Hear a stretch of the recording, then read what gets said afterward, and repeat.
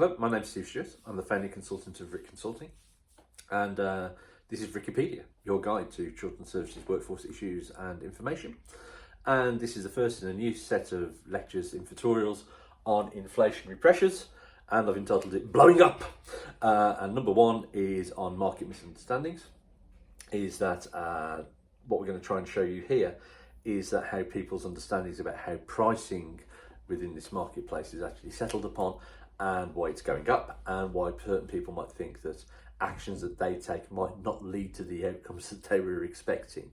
And that's probably because it's based on misunderstandings on how things work. So what we're going to show first of all is a fairly standard kind of graph. What people generally think is how prices are settled out, i.e. is that the supply of temporary staff or widgets or corn or whatever it is that very little is produced or supplied at a very low price, lots more is supplied at a very high price. And the demand for said product, if at a very high price, very few people are willing to buy, a lot more people are willing to buy at a lower price. And the point of equilibrium in the middle is generally where the market price is fixed. Okay? Now, there's only one problem with using this as your model for deciding the price within children's social work, and that is, it's bollocks. So I'm just going to add a third line just for the point of illustration later on, which is a line which relates to permanent staffing. And what I'm just trying to show by there is that the quantity that you have, which is relatively large, is fairly unaffected by price because prices are generally fixed. Okay, so what is the impact of, and how can actually we make this graph to be one that actually more closely represents the situation within children's services? So first of all, let's look at the line that relates to demand. So the line that relates to demand is a lot steeper. And you can see there is that because people have a demand and they are willing to pay whatever price they have to go and get their staff. The only impact on it really is if they need a great deal of staff and all of a sudden after they've got 50 of the 70 they need, they might realise they can't afford anymore.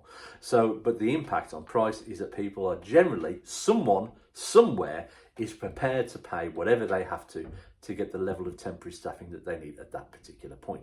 Now, how does this impact on supply? Well, similarly, we have a much steeper line. But what you will notice most of all is that, again, it's fairly inelastic. And the reason for that is that very few extra temporary workers are provided by the basis of price. There is not a room somewhere where there are 50, 100 social workers waiting for the call, just waiting for the price to hit £52 an hour. They don't exist. The same, but when you increase the price, you're getting access to the same workers, but you're just increasing the price. You may get certain impacts in terms of people might be willing to travel a little bit further, but the impacts are generally fairly minimal. The impacts where they do come, if you are going to get an increase in supply, where are they going to come from? Well, the answer is they're going to come from your permanent staff. So the level of lines that you're going to have is that if that line does increase, that level of supply does increase, where are they going to come from? They're going to come from your permanent staff. And what you want to notice here as well is that these two lines are fairly parallel.